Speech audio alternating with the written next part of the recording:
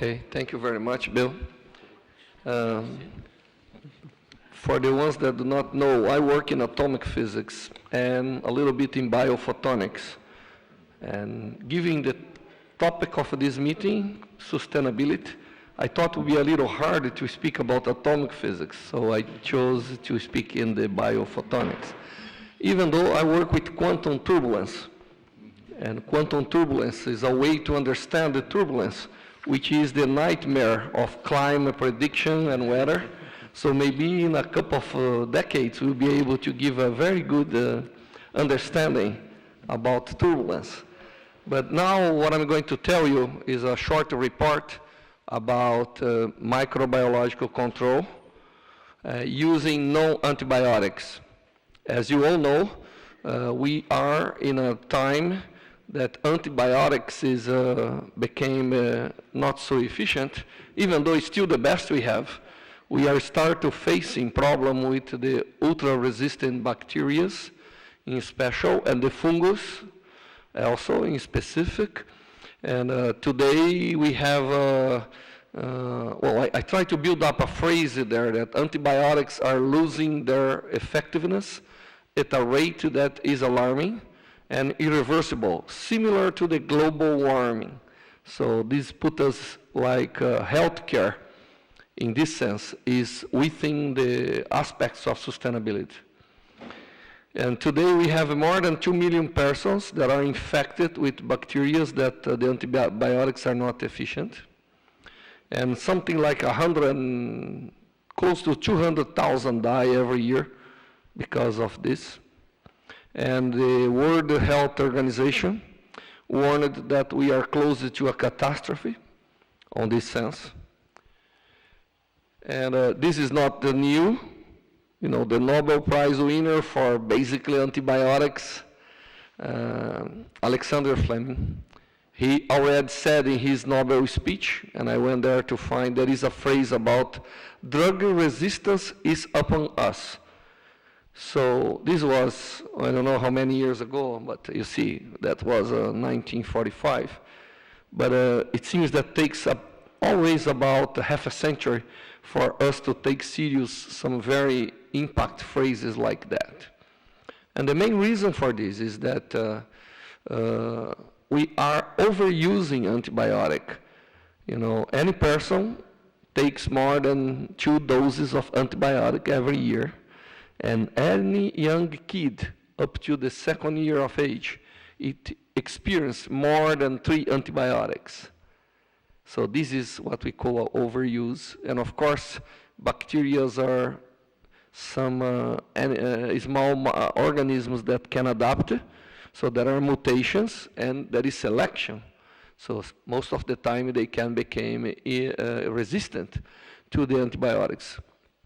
The way the antibiotics works is by destruction of the functionality of the microorganism, or like penicillin, destroy the membrane and everything. So makes the microorganism hard to multiply, giving a chance to the organism to fight with our own immune system, the microorganism we have. And of course, the way to do this is using alternative, because as you're going to see, the companies declare that they don't have an immediate solution for the problem. And then we are facing with a big explosive problem, because in a TV show about 2 months ago, they say that in 5 years, which is tomorrow morning, 10 million people is going to die from infections that today is perfectly under control because of the resistant bacteria. Today, you don't want to get a pneumonia in the hospital because much like you're going to have a hard time to get rid of it, because those are resistant pneumonia. So biophotonics is not the only way of dealing with the problem. But it's clear that we have to avoid the use and give a chance for the repopulation of bacteria to get normal again, so normal antibiotics will be able to be efficient. And in my own work, we are doing some we are doing some research that's already passed from the proof of principles, and now we are on clinical trials, and I would like to present to you in a very short way. This doesn't go only for treating people. You know, we are treating animals with antibiotics, and this is affecting us as well. We are treating agriculture with antibiotics, and this is affecting us as well.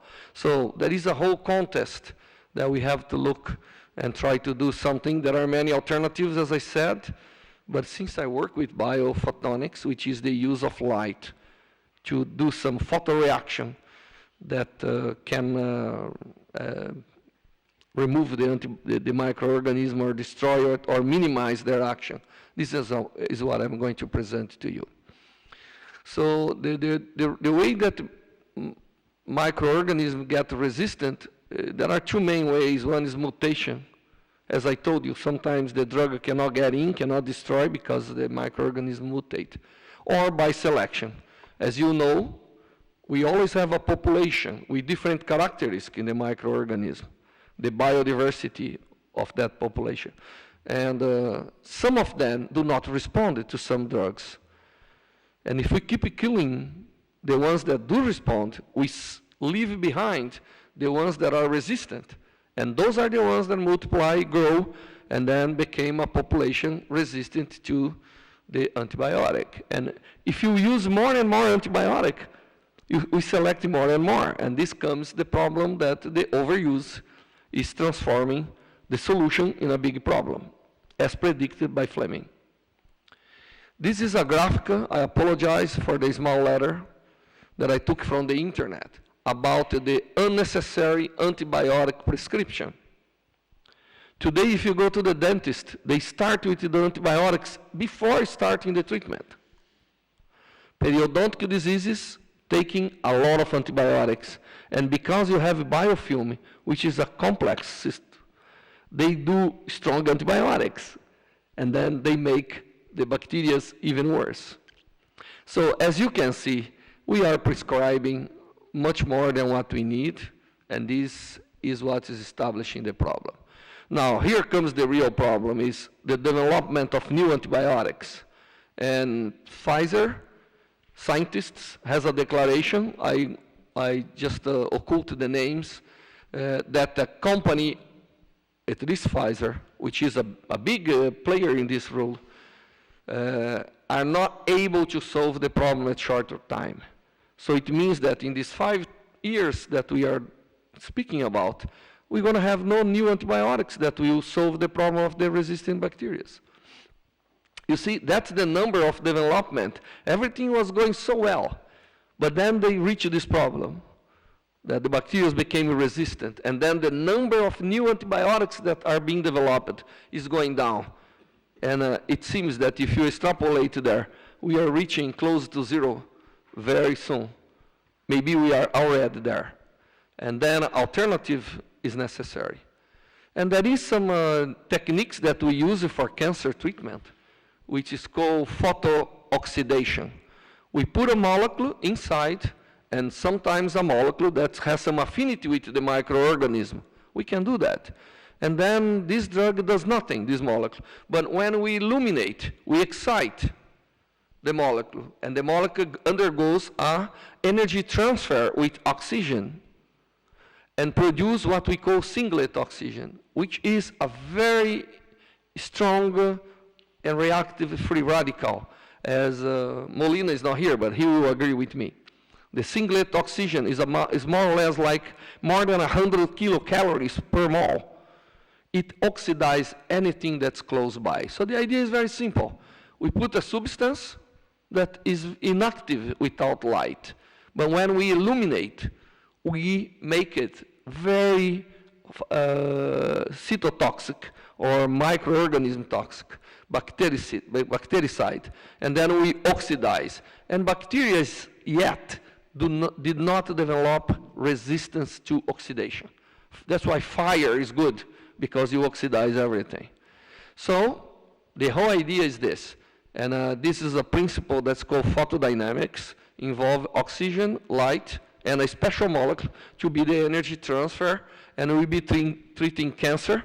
Now there is a big program that's being approved in 9 countries in Latin America for cervical cancer, lesions of the cervix, using the same technique, put a cream, and is approved in many places. And but here comes the microorganism. You know, microorganism, we can put down 10 log orders, 10 log decades with this technique. And these are the main infections that we've been focused on treating. They are simple infections that up to now people could control in a very simple way, but they are not anymore. So I'm going to just report a few cases. And the molecules that we have chosen, one is a chlorine. If you are chemist, you can identify. We can take this from chlorophyll. And this molecule is so nice that you can excite with 670, which is the red light, as you can see. And we've been using this in treatment of periodontitis and elimination of plaques in normal dental. And we have been able to, in 80% of the cases, avoid the pre-use of antibiotics with periodontic diseases. Now comes another very interesting one, the curcuminoids. This is a molecule that's very interesting. You can excite with blue light, and we've been using it to treat the young kids' infections on the throat. The way we do is approved already for some authorities in health. We make a pop or a caramel, and the kid stays 3 minutes with this on the mouth, and this is the time enough to make all the plaques to be impregnated with this. And then a simple illumination of 3 minutes has reduced in 94% of the cases the infection to a level that the body can take over. So this is being applied for adults because we realize that there are more adults with chronic throat infections than young kids, even though young kids is the big problem. And we are doing many groups, 3 groups of patients treated in Brazil, and now we're going to start in other countries. In 94% of the cases, with this simple treatment, in 10 hours, the infection was over. And was not necessary the use of antibiotics. Of course, doctors are very worried that if that doesn't work, then they have started antibiotics to avoid generalized infection. But in all the cases, more than 400 kids, we did not need to go to this.